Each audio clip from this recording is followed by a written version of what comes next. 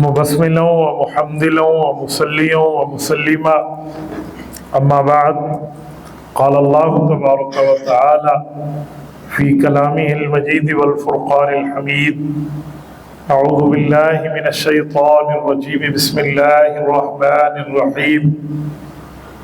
قرآن کریم اللہ تعالی نے آپ کے اور میری نجات کے لیے نازل فرمایا ہے۔ پورے قرآن کریم کو پڑھیں اور سمجھیں تو اس کے لیے وقت چاہیے، لیکن اللہ تعالیٰ نے آسانی کر دی ہے، ہمیں بڑے مختصر وقت میں قرآن کا خلاصہ سمجھا دیا ہے۔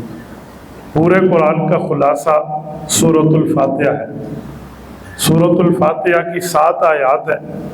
الحمدللہ رب العالمین سے شروع ہے، غیر المغضوب علیہم ولا الضالین پہ ختم ہے۔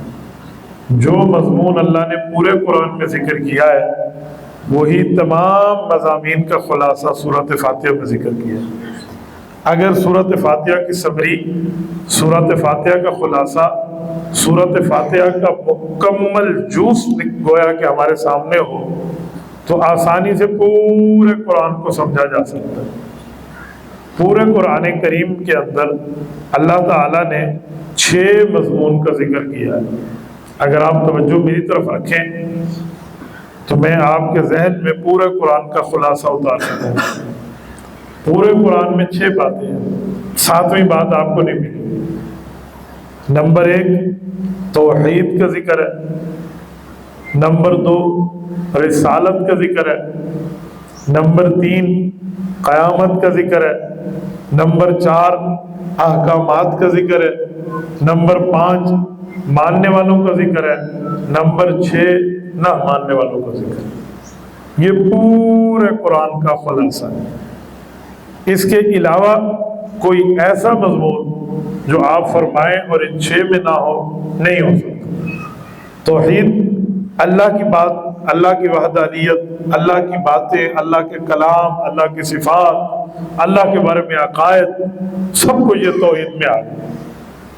دوسرا ہے رسالت، تمام رسولوں کی بات، ہمارے نبی پاک صلی اللہ علیہ وسلم سمیت تمام رسولوں کی بات کو اللہ نے ذکر فرمایا۔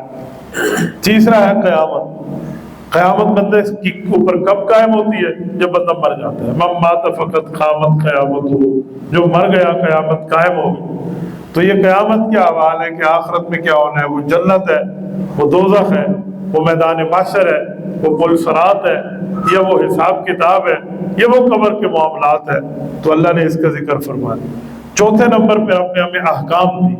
احکام کا مطلب ہے نماز کا حکم ہے، روزے کا حکم ہے، حج کا حکم ہے، زکوٰۃ کا حکم ہے، نکاح کا حکم ہے، طلاق کے احکامات کا ذکر ہے، عمرے کے مسائل کا ذکر ہے، باقی بندے نے معاشرت کیسے گزارنی ہے، اخلاق کیسے گزارنے ہیں، معاملات کیسے گزارنے ہیں، تجارت کیسے گزارنی ہے، اٹھک بیٹھک کیا ہے، آنا جانا کیا ہے، پڑوسی کے حقوق کیا ہے، ماں باپ کے حقوق کیا ہے، استاذ کے حقوق کیا ہے، شاگرد کے معاملے کیا ہے، یہ تمام کے تمام حقوق احکامات کہلاتے ہیں۔ یہ 4 چیزیں ہو گئی۔ 5ویں نمبر پہ اللہ تعالیٰ کی صفت ہے کہ اللہ ماننے والوں کی بات ضرور کرتے ہیں۔ اصحاب الجنہ الذین یتبعون، جنت والے، ماننے والے، اچھے لوگ، تابع دار، فرمانبردار، دلدار، حبدار، وفادار، جانثار، ان سب کا ذکر کرتے ہیں۔ اور 6 نمبر پہ جہاں پھول کا ذکر آئے تو وہاں کانٹے کی بات بھی ہوتی ہے، جہاں دن آئے تو وہاں رات کی بات بھی ہوتی ہے، جہاں روشنی ہو وہاں اندھیرے کی بات بھی ہوتی ہے۔ وَبِضِدِّهَا تَتَبَيَّنُ الْأَشْيَاءُ، تو اللہ تعالیٰ وہاں نہ ماننے والوں کا ذکر بھی کرتے ہیں۔ وہ شیطان سے لے کر فرعون تک، فرعون سے لے کر حامان تک، حامان سے لے کر قارون تک، قارون سے لے کر ابو جہل تک، ابو جہل سے لے کر عبداللہ بن ابی تک، یہ جتنے بندوں کے بارے میں کہیں اشارتاً کہیں صراحتاً قرآن میں ذکر ہے تو نہ ماننے والوں کو بھی ہے۔ تو یہ 6 باتیں پورے قرآن میں ہیں، کہیں کہیں بیان ہوئی ہیں۔ یہ 6 کی 6 باتیں اللہ نے ہمیں سورۃ فاتحہ میں عطا فرما دی۔ آپ سورۃ فاتحہ پڑھیں، سورۃ فاتحہ کی 7 آیات میں یہ 6 باتیں موجود ہیں۔ میں سورۃ فاتحہ آپ کی خدمت میں رکھ دیتا ہوں۔ یہ ایک سورت ہے، 99 نام ہے اس کے۔ فاتحہ ہے، شافعہ ہے، اس طرح مشفعہ ہے، کئی نام ہے، مرضیہ ہے، سورۃ الدعاء ہے، سورۃ الافتتاح ہے، کئی نام ہے سورت کے۔ اس سورت میں رب کریم نے الحمدللہ رب العالمین سے شروع فرمایا، تمام تعریفیں اللہ کی ذات کے لیے، الرحمن الرحیم، جو مہربان بھی ہے، نہایت رحم کرنے والا بھی ہے، الرحمن الرحیم، مالک یوم الدین، قیامت کے دن کا مالک ہے، ایاک نعبد و ایاک نستعین، وہ اللہ ہے جس کی ہم خالصتاً عبادت کرتے ہیں، اسی سے مدد مانگتے ہیں۔ اہدنا الصراط المستقیم، اے اللہ میں سیدھے راستے پر چلا دے، صراط الذین، وہ ان لوگوں کا راستہ ہو، انعمت علیہم، جن پر آپ نے انعام کیا ہے، غیر المغضوب علیہم ولا الضالین، گناہگاروں کے راستے سے، جن پر غصہ ہوا ہے کہ وہ گمراہ ہوئے، ان کے راستے پہ اللہ ہمیں مت چلائی ہو۔ یہ قرآن کریم کی سورۃ فاتحہ کی آیات کا ترجمہ ہے۔ اب دیکھیں 6 مضمون کہا ہے، الحمدللہ رب العالمین ہو گیا، یہاں پر الرحمن الرحیم ہو گیا، تو یہ اسی طرح ایاک نعبد کے معاملات تک یہ جو ہے یہ اللہ تعالیٰ کی توحید کا ذکر ہے، اللہ کی وحدانیت کا ذکر ہے، اللہ کے اکیلے ہونے کا ذکر ہے، تو اللہ کی اپنی بات آ گئی۔ دوسری رسالت ہے، رسالت کہاں ہے؟ آپ کہیں کہ رسول کا لفظ پورے فاتحہ میں نہیں ہے، آپ کو سمجھ نہیں آئی ہے، چائے کے اندر دودھ ہوتا ہے پر نظر نہیں آتا، چھپا ہوا ہوتا ہے۔ اب میں نکال کے دکھانے لگا ہوں، قرآن کریم میں ہے انعمت علیہم، کہ اللہ جن پر تو نے انعام کیا ان کا راستہ دکھا۔ یہ فاتحہ میں انعام کس پر ہوا؟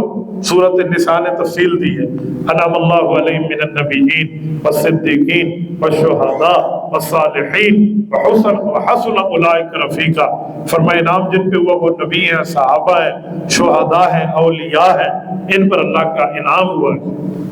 تو انعمت علیہم میں رسالت آ گئی۔ اس کے بعد قیامت کی بات ہے، تو مالک یوم الدین، اللہ قیامت کے دن کا مالک ہے، یہ قیامت کی بات آ گئی۔ احکامات ہیں، حکم ہے اللہ سے مدد مانگو، اللہ کی عبادت کرو، تو اہدنا الصراط المستقیم بھی اور صراط الذین انعمت، اس طرح اہدنا الصراط المستقیم اور صراط الذین بھی، یہ احکام کے معاملات ہیں۔ اس کے بعد ماننے والوں کا ذکر ہے، تو انعمت علیہم میں رسالت بھی ہے اور ماننے والے بھی ہیں، چاہے وہ صحابہ ہوں، چاہے شہداء ہوں یا اولیاء ہوں، اور نہ ماننے والوں کا ذکر غیر المغضوب علیہم ولا الضالین میں ہے، جو گمراہ ہوئے ہیں اور ناکام ہوئے ہیں، جن پر اللہ کا غضب ہو۔ تو جو 6 مضمون پورے قرآن میں تھے وہی 6 باتیں سورۃ فاتحہ میں، اس لیے کہتے ہیں سورۃ فاتحہ قرآن کا خلاصہ ہے، ام القرآن ہے، قرآن کی سمری ہے۔ قرآن کریم میں اس میں پوری ترتیب موجود ہے۔ قرآن کریم نے سورۃ فاتحہ کو نام دیا ہے، فرمایا یہ سورۃ فاتحہ کیا ہے؟ وَلَقَدْ آتَيْنَاكَ سَبْعًا مِّنَ الْمَثَانِي وَالْقُرْآنِ الْعَظِيمِ، اے محبوب مصطفیٰ سورۃ فاتحہ صرف آپ کو ملی ہے، یہ اور کسی کو نہیں ملی۔ تورات میں سورۃ فاتحہ نہیں ہے، انجیل میں سورۃ فاتحہ نہیں ہے، زبور میں سورۃ فاتحہ نہیں ہے، باقی صحائف میں سورۃ فاتحہ نہیں ہے، صرف سورۃ فاتحہ قرآن میں ہے۔ حضور کا اعزاز ہے، اکرام ہے، انعام ہے، درجہ ہے، حیثیت ہے، ویلیو ہے، مرتبہ ہے، رتبہ ہے پاک پیغمبر کا کہ انہیں سورۃ فاتحہ جیسا اعزاز ملا، سورۃ فاتحہ جیسا اکرام ملا، سورۃ فاتحہ جیسا رسول اللہ صلی اللہ علیہ وسلم کے سر پہ تاج سلطانی رکھا، سورۃ فاتحہ جیسی نبوت کے کندھوں پر اللہ تعالیٰ نے تمغے لگائے۔ یہ ہمارے پاک پیغمبر کا اعزاز ہے۔ تو پورے قرآن کو سمجھنا اگر لینتھی تھا، وقت چاہیے تھا، تو سورۃ فاتحہ کو سمجھ لیں تو پورے قرآن کا خلاصہ ہو گیا۔ اب آپ یہاں سے اٹھیں، گھر جا کر کوئی پوچھے، کوئی دوست احباب پوچھے کہ آپ مفتی عبدالواحد قریشی کے جلسے میں گئے، کیا سیکھ کے آئے؟ تو آپ یہ کہہ سکے کہ ہم سورۃ فاتحہ سمیت پورے قرآن کا خلاصہ سیکھ کے، پورے قرآن میں کیا ہم یہ سیکھ کے۔ اب جو بات میں نے آپ کی خدمت میں کی ہے میں دہراتا ہوں، پھر آپ سے سنو، 2-3 بندے ادھر سے، 2-3 ادھر سے، 2-3 ادھر سے، آپ مجھے بتائیں میں کیا کہہ رہا ہوں۔ آپ کو نہیں سمجھ آتی آپ پھر پوچھیں، نہیں سمجھ آتی پھر پوچھیں، لیکن اگر آپ کو سمجھ آتی ہے تو آپ اپنی زبان سے بھی تو کہیں نا۔ پورے قرآن کا خلاصہ کتنی چیزیں ہیں؟ بولتے نہیں ہیں، کتنی چیزیں ہیں؟ پہلی توحید یاد رکھ لیں، دوسرے نمبر پہ رسالت، تیسرے نمبر پہ قیامت، چوتھے نمبر پہ احکام، پانچویں نمبر پہ ماننے والے، چھٹے نمبر پہ نہ ماننے والے۔ میں پھر دوہراتا ہوں، آئی ریپیٹ اگین، تاکہ آپ کے دماغ میں اترے۔ توحید، رسالت، قیامت، احکام، ماننے والے، نہ ماننے والے۔ توحید رسالت احکام قیامت ماننے والے نہ مانے، توحید رسالت احکام قیامت ماننے والے نہ مانے۔ تو دائیں ہاتھ سے مجھے شروع کر لینا چاہیے۔ آپ میں سے کوئی ساتھی مجھے سنائے پورے قرآن کا خلاصہ کتنی باتیں؟ 6 باتیں، اور وہ 6 باتیں پورے قرآن میں بھی ہے اور سورۃ فاتحہ میں بھی۔ کوئی ایک ساتھی سنا جی۔ پورے قرآن کا خلاصہ سورۃ فاتحہ میں ہے، اور پورے سورۃ فاتحہ میں 6 مضمون قرآن کا مجموعہ سورۃ فاتحہ میں ہے جی، اور سورۃ فاتحہ میں 6 پہلے اللہ کی بات، پہلے توحید، رائٹ، رسالت، اللہ کے احکامات اور اللہ ڈرنا، ماننا اور نہ ماننا۔ نہیں ایک دفعہ پھر دوہرائیں، آپ کو آتا ہے لیکن آپ نے جلدی کر لی ہے۔ توحید، توحید، رسالت، قیامت، احکامات، احکام، ماننا اور نہ ماننے والے۔ جزاک اللہ، آپ سنا۔ توحید، رسالت، احکامات، قیامت، ماننے والے اور نہ ماننے۔ جزاک اللہ جی۔ توحید، رسالت، قیامت، احکامات، ماننے والے اور نہ ماننے۔ جزاک اللہ۔ حضرت آپ سنا۔ توحید، رسالت، قیامت، احکامات، ماننے والے اور نہ ماننے والے۔ جزاک اللہ۔ دیکھا یہ ہوتا ہے دین کی محفل کا ایک جو ہے نا کیا کہتے ہیں مجلس مذاکرہ، کہ جو کہیں اور اس کو یاد بھی کریں۔ اے نو مسیتے مولوی دی گاٹے پا دے وہی کہتا رہے تے سانو سناندا رہے۔ میری گفتگو میں طرز ہوتا ہے، نوجوان میرے بھائی بیٹھے ہیں، یہ تو بھائی اٹھ کے، میں تو پہلے نمبر سے شروع کر رہا تھا، ٹھیک ہے؟ تو اس طرح بندے کو یاد ہونا چاہیے، ریوائز ہونا چاہیے، تاکہ بندہ کہہ سکے کہ میں گیا ہوں اور میں کچھ سیکھ کے آیا ہوں۔ ہمارے ایک بزرگ تھے، فوت ہو گئے، حضرت مولانا عبدالستار توسوی نور اللہ مرکزہ، بہت بڑا نام ہے۔ حضرت توسوی فرماتے تھے میرے جلسے میں شخص آتا ہے اور مائی صاحبہ بعد میں پوچھتی ہے، اسی بڑی پوچھا 10 مولوی کی کیا کیا 10؟ اور مولوی ریڑے پھیر دیتے رہے، واہ واہ کر دیتے رہے، او مولوی تے بننے پھاٹ کے رکھ دیتے رہے۔ آنکھا کیے ہے تے 10 یاد تے مینوں بھی کوئی نہیں، مولوی کی وہ حق سچا کیا۔ تو میں نہیں چاہتا تھا کہ آپ بھی گھر جا کر یہ کہیں بھی حق سچ اس نے کہا ہے، تو حق سچ جو کہا ہے تو حق سچ یاد بھی ہونا چاہیے۔ بھائیو پورے قرآن کا خلاصہ کتنی چیزیں ہیں؟ 6 چیزیں ہیں۔ نمبر 1 توحید، نمبر 2 رسالت، نمبر 3 قیامت، نمبر 4 احکام، نمبر 5 ماننے والے، نمبر 6 دیکھو اب سب بول رہے ہیں، میں نے نہیں کہا کہ اونچا بولیں، میں نے نہیں کہا اونچا بولے، آپ کہہ رہے ہیں، تو یہ اس طرح دوہرا لی جائے نا بات کو تو بہت اچھا ہو جاتا ہے۔ اللہ آپ کو سلامت رکھے، باکرامت رکھے، خوش و خرم رکھے، اللہ ہمیں شریعت پہ عمل کی توفیق عطا فرمائے۔ جزاکم اللہ تعالی وآخر دعوانا الحمدللہ رب العالمین۔ مفتی صاحب، دعوت ولیمہ کے بعد جو نندرہ لیا جاتا ہے اس کے بارے میں ہمارے ہاں کاپی پر لکھا جاتا ہے، پھر اس کو واپس کرنا ہوتا، زیادہ دینا چاہیے، اس کا کیا حکم ہے؟ یہ بھائی آپ کے ولیمے کا بل ہے۔ ہوٹل ہوتے ہیں نا، ہوٹل والے پھر بھی نرمی کرتے ہیں، کھانا پہلے کھلاتے ہیں اور بل بعد میں لیتے ہیں۔ اور یہ جو نوتا اور یہ نندرہ وندرہ ہے نا، یہ اتنے ظالم ہیں کہ یہ کھانا بعد میں کھلاتے ہیں، بل پہلے لیتے ہیں۔ 100% ولیمہ اس بندے کا ضائع جس نے یہ لعنت والا کام کیا۔ ولیمہ ہے عبادت، میرے پاک نبی نے فرمایا اولم ولو بشات، اور جس نے یہ لینا دینا کر لیا اس کا صدقہ تو ختم، وہ تو پیسوں کے لین دین کے چکر میں کر رہا ہے نا، اور پھر اس نے اپنے ولیمے کو ضائع کیا۔ اور جب ولیمہ ضائع ہو گیا تو حدیث میں ہے ایک ہوتا ہے خیر الولیمہ جو اللہ کے نام پہ کھلایا جائے، ایک ہوتا ہے شر الولیمہ جو اپنے فوائد کے لیے کھلایا جائے۔ تو شر الولیمے کی وجہ سے پھر رشتے کامیاب نہیں ہوتے، ساری زندگی میاں بیوی لڑتے رہتے ہیں، آخر میں اللہ معاف کرے مولوی دے کل جا کے مہر لوانی پہنتی ہے، آج بھی طلاق ہو گئی ہے، دسو ہوئی ہے کہ نہیں ہوئی؟ میں اللہ کے گھر میں بیٹھا ہوں، یہ حالت۔ میری کرونا میں 2 بیویاں فوت ہو گئی تھی، کل ملا کر میری 6 بیویاں ہیں۔ اس وقت میری ایک نکاح میں 4 بیویاں ہیں۔ ان 6 نکاحوں میں کسی ایک نکاح میں نوتا اور نندرہ کی رسم نہیں تھی، کوئی ولیمے میں یہ سلام ولامی کے پیسے نہیں تھے۔ میں لعنت زدہ سمجھتا ہوں، اس کو غلط سمجھتا ہوں، گناہ سمجھتا ہوں، رسم اور رواج سمجھتا ہوں۔ جس نے کیا ہے اس کو اللہ سے توبہ کرنی چاہیے۔ الٹا دلیلیں دیتے ہیں، ایسی دتا سی سانو دیو۔ ایک بندے نے کہا میں نہیں کرتا، اس نے کہا ابھی تک لیتے رہے، اب ابھی نہیں دیتے، یعنی وہ اس وجہ سے تمہاری وجہ سے گناہ کرتا رہے۔ بھائی تو ایسا کچھ بھی نہ کریں، یہ گناہ کی رسم ہے، غلط ہے، اس کو 100% چھوڑ دینا چاہیے۔ مفتی صاحب نماز جنازہ پڑھتے ہیں، اس کے بعد دعا کرنے میں کیا حرج ہے؟ تو نماز جنازہ خود دعا ہے، نماز جنازہ کے بعد دعا سے ہم نے کبھی منع نہیں کیا۔ آپ قبر پہ جائیں، نماز جنازہ کے بعد آپ دعا مانگیں، کس نے منع کیا آپ کو؟ حضور پاک علیہ السلام نے نماز جنازہ کے بعد قبر پہ جا کے دعا مانگی ہے۔ مسئلہ یہ ہے جو فوراً مانگ کے چلے جاتے ہیں نا، اس پر علماء منع کرتے ہیں، اجی فوت شدہ کے ساتھ یاری پوری نبھاؤ، قبر تک جاؤ نا اس کے ساتھ، سلام پھیر کے بھاگ گئے، یہ کون سی یاری ہوئی؟ تو اس لیے وہاں جائے، حضور نے یہاں سلام پھیرا، قبر پہ جا کے دفن کیا، دفن کے بعد دعا مانگی، تو بالکل جائز ہے، حضور والی ترتیب پہ آئے نا۔ آدھے راستے جو بندہ کھسک جاوے تو پھر کہا جی میں دین کے لیے کر رہا ہوں، تو اس معاملے میں بندہ اپنے آپ کو دیکھ لے۔ انہوں نے اس کا لکھا ہے جن کے دل میں صحابہ کو بغض ہے ان کا جنازہ پڑھنا چاہیے۔ جو میری ماں کو گالیاں دے میں اس کے ساتھ نہیں چلتا، جو مومنوں کی ماں کو گالیاں دے آپ اس کے ساتھ چلتے ہیں۔ جو نبی کے صحابہ یا نبی کی اہل بیت کو غلط کہتے ہیں وہ اپنے ایمان پہ رندہ چلا رہا ہے، یا تو اس سے یاری رکھے، نہیں رکھنی ہے تو پھر اس کو دین کی طرف لائیں، یاری رکھنی ہے تو رکھیں لیکن اس کو دین کی طرف لائیں۔ یاد رکھیں اس پانی میں چھلانگ لگاؤ جہاں آپ تیر سکتے ہو، جہاں نہیں تیر سکتے اسے چھلانگ لانے کی لوڑ ہی کوئی نہیں، پھر اس یاری کا فائدہ۔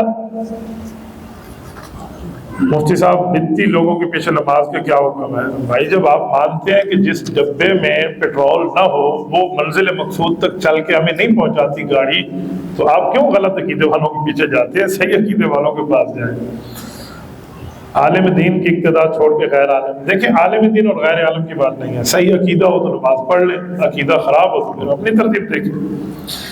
وفات کے بعد 40واں اور کل شریف کی بات، دیکھیں وفات ہوئی ہے حضور علیہ السلام کے دور میں صحابہ کی، نبی علیہ السلام نے اگر یہ کام کیے ہیں تو ہم کر لیتے ہیں، کوئی ثبوت تو ہوگا کہ نبی علیہ السلام نے کل پڑھے ہو، نبی علیہ السلام نے 40واں فرمایا ہو تو ہمیں ضرور کرنا چاہیے، پھر ثواب کا کام۔ اور اگر نبی پاک سے، صحابہ سے، اہل بیت سے، اولیاء اللہ سے یہ ثابت نہیں ہے تو پھر ہمارا رسم و رواج ہو سکتا ہے، دین نہیں ہو سکتا۔ دین کے لیے ضروری ہے کہ اللہ رسول کی طرف سے ثابت ہو نا، تو پھر تو بندہ کر لے، ہماری تحقیق میں یہ اللہ رسول سے ثابت نہیں ہے۔ مفتی صاحب قرآن کی آیات ہی پڑھی جاتی ہیں، پڑھنا کوئی گناہ تھوڑی ہے، میں سمجھتا ہوں بھائی قرآن پڑھا جاتا ہے، میں نے تھوڑی کہا کہ سینما میں جایا جاتا ہے، لیکن مجھے ایک بات بتائیں، صبح کی نماز کی کتنی رکعتیں ہیں؟ فرض کی کتنی ہے؟ 2 رکعتوں میں کتنے سجدے ہیں؟ ٹھیک ہے، آپ 5 کیا کریں گے 5 سجدے کریں یار، اس میں سبحان ربی الاعلیٰ پڑھا جائے گا، کوئی گانا تھوڑی پڑھا جائے گا، ایک سجدہ اور پڑھا لیں، کیوں نہیں پڑھاتا؟ دین کا کام ہے۔ آپ مجھے کہہ رہے ہیں یہ قرآن پڑھا جاتا ہے کوئی گناہ نہیں ہے، میں کہتا ہوں سجدے میں بھی سبحان ربی الاعلیٰ پڑھا جاتا ہے کوئی گناہ نہیں ہے، 5واں سجدہ کریں، آپ کہیں گے ہم نہیں کرتے، حضور نے نہیں کیا، تو یہ کام بھی حضور نے نہیں کیا میرے بھائی۔ آپ یہ دلیل نہیں دے سکتے کہ یہ اس میں دین کی چیز پڑھی جاتی ہے۔ مجھے بتائیں اذان شروع کہاں سے ہوتی ہے، ختم کہاں پہ ہوتی ہے؟ کس پہ؟ کیوں؟ محمد رسول اللہ کے پڑھ لو نا، کلمہ تو پورا پڑھنا چاہیے تھا، ادھا کیوں پڑھیا؟ اذان ختم لا الہ الا اللہ پہ کیوں کی ہے؟ کہیں لا الہ الا اللہ محمد رسول اللہ پڑھیں گے، کیوں؟ محمد رسول اللہ پڑھنا گناہ ہے نعوذ باللہ، حضور رسول نہیں ہے تو پھر کیوں نہیں پڑھتے؟ حضور نے حضرت بلال کو نہیں سکھایا ادھر، تو یہ بھی حضور نے ہمیں نہیں سکھایا، جہاں نبی پاک علیہ السلام نے سکھایا، تو اس چیز کو ہم دین سمجھ کے کیسے کریں؟ کوئی کرتا ہے تو اسے کہ بھائی آپ کی ترتیب ہے، اللہ رسول کی ترتیب نہیں ہے۔ دیکھیں یہ دلیل نہیں دی جا سکتی کہ یہ سب دین کی بات ہو رہی ہے، میں سمجھتا ہوں دین کی بات ہوگی، ہم گانے تھوڑی کہیں گے، غیبت تھوڑی کریں گے، بہتان تھوڑی کریں گے، الزام تراشی تھوڑی کریں گے، ہم دین کی بات کریں گے، لیکن دین تب دین ہے جب وہ دین جس پہ اترا ہے اس سے ثابت ہو، اور اگر اس سے ثابت نہیں ہے، صحابہ سے ثابت نہیں ہے، تو پھر آپ کہتے ہیں ہمارا رواج ہے، پھر تو ٹھیک ہے، پھر یہ نہیں کہیں گے دین ہے۔ آپ کہیں میں آپ کو مثال دے رہا ہوں، میں اس وقت گاڑی پہ چل کے آیا ہوں، گاڑی حضور کے دور میں نہیں ہے، یہ کار، یہ پراڈو، یہ جو ہے نا کیا کہتے ہیں گاڑیاں حضور کے دور میں نہیں ہیں، ہم اس پہ چلتے ہیں، ہم جہاز میں جاتے ہیں حج اور عمرے پہ، جہاز حضور کے دور میں نہیں ہے۔ کوئی دنیا کا بندہ یہ نہیں کہے گا کہ گاڑی پہ بیٹھنا ثواب ہے اور اگر کوئی گدھے گھوڑے پہ جائے تو گناہ ہے، وہ کہیں گے جو آپ کو سہولت ہو وہی کریں، گاڑی پہ جائیں تب بھی ٹھیک ہے، نہ جائیں کسی اور طریقے سے تب بھی ٹھیک ہے۔ تو بھائی یہ بھی اگر آپ کہہ دیں کہ آپ کل 40واں کریں تب بھی ٹھیک ہے، نہ کریں تب بھی ٹھیک ہے، تو پھر تو بات بن جائے گی کہ دین کا ایسا نہیں مانتا۔ لیکن جب میں کہوں گا یہ دین ہے، ثواب ہے، اس کو کرنا چاہیے، جو نہیں کرے گا وہ غلط کر رہا ہے، تو پھر اس کے لیے ثبوت چاہیے ہوگا۔ جزاک اللہ، ارشاد فرمائیں۔ اذان سے پہلے جو پڑھتے ہیں نا، پہلے الصلاۃ والسلام علیکم، یا جائز ہے یہ کس میں کوئی ہے؟ اکثر مقصود یہ ہو رہا ہے ہمارے گاؤں میں بھی اکثر۔ اذان سے پہلے درود پاک پڑھنا ثابت ہے، اذان کے بعد بھی درود پاک پڑھنا ثابت ہے، اس پر کوئی انکار نہیں ہے، لیکن اس کو اذان کا حصہ بنا کے پڑھیں یہ ہم نے کہیں نہیں پڑھا۔ نماز سے پہلے درود پڑھ لیں، نماز کے بعد درود پڑھ لیں، کوئی مسئلہ نہیں، لیکن اس کو نماز کے اندر سبحانک اللہم کیسا بنا لیں یہ ثابت نہیں ہے۔ نماز اذان کے ساتھ درود پاک کوئی مسئلہ نہیں۔ حضرت بلال جب اذان دیتے، حضور علیہ السلام تشریف لاتے تو وہ درود پڑھ لیتے، لیکن اس کو اذان کا حصہ بنائے کہ جو پڑھے تو وہ نیکی کر رہا ہے، جو نہ پڑھے وہ گناہ کر رہا ہے۔ یہ کام حضور نے حضرت بلال کو نہیں سکھایا تھا۔ اذان 15 الفاظ پر مشتمل ہے، اللہ اکبر سے شروع ہے، لا الہ الا اللہ پہ ختم۔ ادھر ہم محمد الرسول اللہ بھی نہیں بڑھا سکتے، حالانکہ حضور اللہ کے رسول ہیں، جو نہ مانے وہ بے ایمان، لیکن بڑھا نہیں سکتے کہ حضور نے نہیں سکھایا۔ تو درود پاک جو ہے وہ اذان سے پہلے پڑھا جاتا ہے، تو آپ پڑھ لیں، لیکن اس کو اذان کا حصہ نہ بنائیں۔ ایک دوسری بات، الصلاۃ والسلام علیک یا رسول اللہ، یہ درود حضور کی قبر مبارک کا ہے۔ جب اللہ تعالیٰ آپ کو مدینہ طیبہ لے جائے، آپ سرکار کی قبر مبارک پہ جائیں، ادھر درود پڑھنے کی توفیق ہو تو ادھر درود پڑھیں، الصلاۃ والسلام علیک یا رسول اللہ، آپ درود پڑھیں، کوئی اعتراض نہیں ہے، کیونکہ ہمارا عقیدہ اور نظریہ ہے کہ نبی علیہ السلام قبر مبارک کے قریب سے سلام سنتے ہیں اور مسلمان کو اس کا جواب بھی عطا فرماتے ہیں۔ نبی پاک صلی اللہ علیہ وسلم کو وہاں سلام پڑھ لیں، لیکن یہ آپ اس کو اذان کا حصہ بنا دیں، یہ لفظ اذان کا حصہ نہیں ہے۔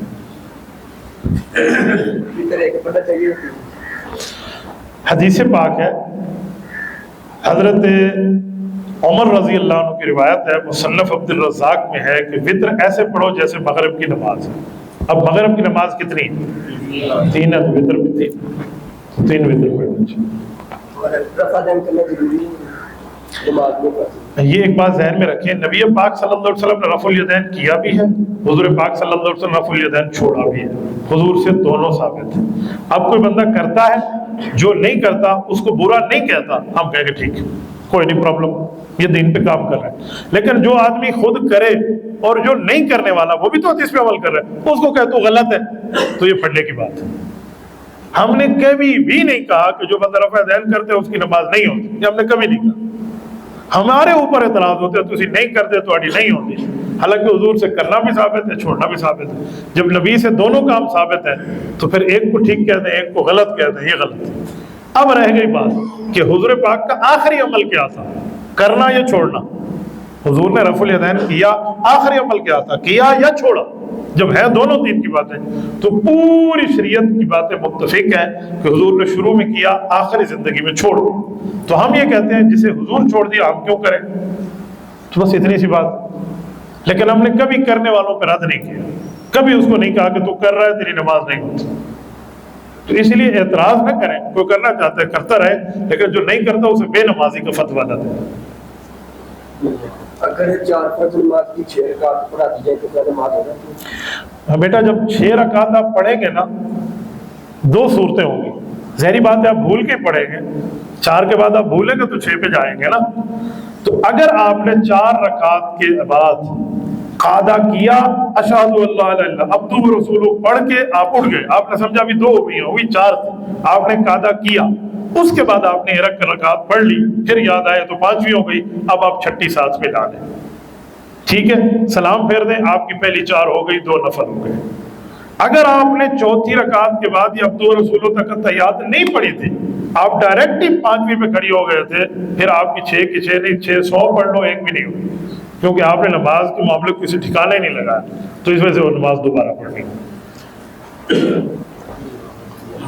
4 رکعت والی نماز، اس میں 3 رکعت پڑھی، 3 رکعت کے بعد سلام پھیر دی، اس کے بعد نمازیوں کے ساتھ نماز کی منافی باتیں کر لی، تو پھر آیا اس کے بعد 1 رکعت ہی پڑھی جائے گی یا 4 دوبارہ پڑھی جائیں گی؟ اگر وہ 1 والی ہے، اس میں روایت کو حضرت ذوالیدین والی پیش کرتے ہیں کہ وہ انہوں نے اس طرح سے یہ سارا معاملہ ہوا، آپ صلی اللہ علیہ وسلم گھر چلے گئے، اس کے بعد آ کے 1 پڑھائی، تو یہ سارا معاملہ پیش کرتے ہیں۔ نبی علیہ الصلوۃ والسلام کی حدیث ہوتی ہے، ایک حضور کی سنت ہوتی ہے۔ ہم ہر حدیث پہ عمل کرنے کے پابند نہیں ہیں، میرا لفظ ذہن میں رکھنا، ہر سنت پہ عمل کرنے کے پابند ہیں۔ ہر حدیث ہمارے لیے قابل احترام ہے، لیکن ہر سنت ہمارے لیے قابل احترام بھی ہے، قابل عمل بھی ہے۔ آپ کو کہنا حدیث میں اسے کیا یہ حدیث سنت بھی ہے یا نہیں ہے؟ میں آپ کو ایک بات بتاتا ہوں، قبلہ کس طرف ہے؟ اس وقت میری کمر کی طرف۔ کیا حدیث نہیں ہے کہ حضور نے 17 مہینے شمال کی طرف منہ کر کے نماز پڑھی؟ حدیث ہے، آپ پڑھ لیں، پڑھیں گے؟ کیوں؟ یہ حضور کی سنت نہیں ہے، چھوڑ دیا تھا۔ یہ جو دوست آپ کو حدیث سناتے ہیں نا، انہوں نے کیا حدیث میری سر آنکھوں پہ، میرے نبی نے کبھی نہیں فرمایا علیکم بحدیثی، تمہارے اوپر حدیث پہ عمل لازم ہے۔ میرے نبی نے فرمایا علیکم بسنتی، تمہارے اوپر سنت پہ عمل لازم ہے۔ کیا یہ کام حضور کی سنت ہے؟ سنت ہے، ثبوت دکھا دے میں کر لوں گا۔ جب سنت نہیں ہے، حدیث ہے، قابل احترام ہے، سر آنکھوں پہ ہے، جو حدیث کا انکار کرے وہ بے ایمان ہے، لیکن عمل اس پہ کریں گے جو حدیث سنت کے درجے میں ہوگی۔ سمجھ گئے؟ اسی لیے کسی حدیث کے پیش کرنے پر آپ پریشان نہ ہوا کریں، اس کے لیے پوری ترتیب بھی موجود ہے نا۔ اب دیکھیں، ہر پر والی چیز پنکھا تو نہیں ہے۔ اب آپ کہیں اس کے بھی 3 پر ہیں، کبوتر کے 2 پر ہیں، وہ تو اس سے زیادہ اڑ رہا ہے، تو کبوتر پنکھا تھوڑی ہے، جو پنکھا کبوتر تھوڑی ہے۔ پر جس کے ہو ضروری نہیں ہے وہ چیز پنکھا ہو، پر والی چیز کوئی اور بھی ہو سکتی ہے۔ جی، حدیث اور سنت میں سادہ سا فرق یہ ہے۔ حدیث اور سنت میں سادہ سا فرق، بنیادی بات یہ ہے کہ سنت اس حدیث کو کہتے ہیں جس پر حضور نے پوری امت کو چلانے کا حکم دیا اور صحابہ اس پر چلے۔ الطریقۃ المسلوکۃ فی الدین، دین میں وہ راستہ رواج پکڑ کے عمل درآمد ہو گیا، اس حدیث کو سنت کہتے ہیں۔ اور جو صرف بیان ہو، باقی اس پہ عمل نہ کریں، یا 1-2 وقت کی بات ہو، اسے حدیث کہتے ہیں۔ جی بھائی، یہ جنازہ جو پڑھتے ہیں، پہلے حدیث کو پڑھاتے ہیں، آیا کہ وہ اس میں کوئی گنجائش ہے یا دوبارہ پڑھنا چاہیے؟ اس میں جنازہ ہو جاتا ہے، ہو جاتا ہے۔ گاڑی کے بغیر صاحب دیکھا جائز ہے کہ نہیں؟ دیکھیں بیٹا، شوق تو بندے کو ہوتا ہے، جو داڑھی موڑتا ہے کہ میں بھی اذان دوں، شوق تو اس کو بھی ہوتا ہے۔ اگر اس کو یہ شوق ہو کہ میں نماز پڑھاؤں تو نماز پڑھا سکے گا؟ تو ہم اتنی بات تو مانتے ہیں کہ جس کی داڑھی سنت کے مطابق ہے، اس کو نماز پڑھانے کا اجازت کا معاملہ نہیں ہے، تو اسے اذان کی بھی اجازت نہیں ہے۔ یہ ذہن میں رکھیں، یہ نماز کی ہی ترتیب ہے۔ اسی لیے کوئی بندہ چاہتا ہے کہ میں نماز اذان دوں، تو اس کو چاہیے یہ اپنی شکل بھی ویسے بنائے جیسے کہ حضور علیہ الصلوۃ والسلام کا طریقہ ہے۔ تو اسی لیے بعض علماء تو اتنی سختی کرتے ہیں کہ جس نے داڑھی کے بغیر اذان دی دوسرے کو تو اذان دے، تاکہ اس بندے کو یہ احساس ہو کہ یار میں یہ کام غلط کر رہا ہوں۔ اس میں کوئی مولوی صاحب کا لینا دینا نہیں ہے۔ اے نہیں بھائی عزیز شان بیٹھے ایسا کہ داڑھی منڈے اذان دیتے ایسے نہیں منتے، یہ ان کی اور میری کیا حیثیت ہے؟ یہ کام تو اللہ کے رسول کا معاملہ ہے۔ تو جب شریعت گنجائش نہیں دیتی تو اس لیے اس پر تھوڑی سی مضبوطی دکھانی چاہیے کہ اس طرح اجازت نہ دے۔ داڑھی ایک فٹ سے کم ہے تو وہ اذان دے۔ فرق ہے مولانا، داڑھی ایک مٹھی والا جو مسئلہ ہے نا، اس کو سمجھ جائے۔ داڑھی ایک مٹھی کا یہ مطلب نہیں ہے کہ جس بندے کی داڑھی نکل رہی ہے، ابھی اتنی نکلی ہے، اسے کیا تیری مٹھی نہیں ہوئی تو نماز نہیں پڑھ سکتا؟ نہیں، مٹھی کا مسئلہ اس کے ساتھ ہے جو کاٹنے والا ہو۔ جس نے مٹھی سے چھوٹی کاٹ دی ہے نا، یہ بندہ اس معاملے میں گیا۔ جس نے ابھی نہیں کاٹی، اس کے 4 بال بھی نکلے ہیں، لیکن اس کی نیت ہے کہ میں نکلے گی میں پوری رکھوں گا، اس کے پیچھے نماز بھی ہوتی ہے، اس کی اذان بھی ہوتی ہے۔ ایک مٹھی کم از کم اس کے لیے جو کاٹنے کے معاملات۔ آپ جتنے دوست بیٹھے ہیں جن کی داڑھی مبارک نہیں ہے، میں کوئی آپ کا اعتراض نہیں کر رہا، آپ کو درد دل سے ایک بات عرض کر رہا ہوں، اتنی بات مان لیا کرے کہ یہ گناہ ہے، اللہ مجھے عمل کی توفیق دے، اتنا مان لیا کرے۔ اگر آپ یہ بھی نہیں مانیں گے نا، کوئی بندہ گناہ کرے اور اس کو گناہ نہ مانے، اللہ معاف کرے، اسلام سے بھی گیا، نکاح سے بھی گیا، تو گناہ کو تو گناہ ماننا چاہیے کہ یار گناہ ہے، غلطی ہے، اللہ مجھے اس سے توبہ کی توفیق عطا فرمائے، تو ایسے آدمی کو اللہ یقیناً توبہ کی توفیق عطا فرمائے۔ مولانا یہ امام جب نہیں ہوتا، دوسرا کوئی آدمی نماز پڑھاتا ہے، آیا اس وقت ایک بچہ ہے وہ حافظ قرآن ہے، یا اس نے 10 پارے کیے 10 پارے کیے، وہ نماز پڑھائے یا دوسرا کوئی بڑا آدمی پڑھائے، یہ ضروری ہے؟ بھائی کا فرمانا میرے خیال میں یہی ہے کہ امام نہ ہو تو جو بعد میں نماز پڑھائے وہ مکمل حافظ عالم ہو یا آدھا حافظ عالم ہو، یہی مراد ہے؟ نہیں، یعنی ایک بچہ عمر کی حد میں، ایک بڑا آدمی ہے، اس نے پڑھا نہیں ہے، اس نے صورتیں یاد کی، ویسے ہی پڑھا ہے۔ اچھا، یہ کہنا چاہ رہے ہیں کہ امام نہیں ہے، جو پیچھے نائب ہے، تو 2 بندے ہیں، ایک ہے عمر میں بڑا ہے لیکن وہ قرآن کا حافظ نہیں ہے، ایک ہے عمر میں چھوٹا ہے لیکن وہ حافظ ہے، اس کو علم ہے، تو یہ پڑھا ہے۔ دیکھیں اس پر بنیادی فرق سمجھیں،